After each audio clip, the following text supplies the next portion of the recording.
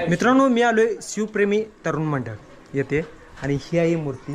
बघा, पाहू शकताय, मूर्ती खूपच सुंदर आहे.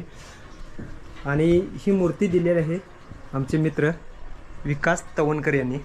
हे विकास तवनकर आणि हे सर्व कार्यकर्ते आहेत. बघा, लय कमी आहेत रे. होय, कामावर गेला.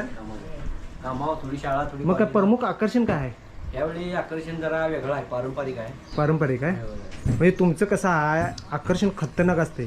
ज्यावेळी गणपती विसर्जन वेळी की नाही खतरनाक आकर्षण असते. वेगवेगळे विसर्जनला बी आणि आगमन देखावा सोहळ्याला असतात. पण आपलं काहीतरी वेगवेगळं नवीन असतं वर्षाला.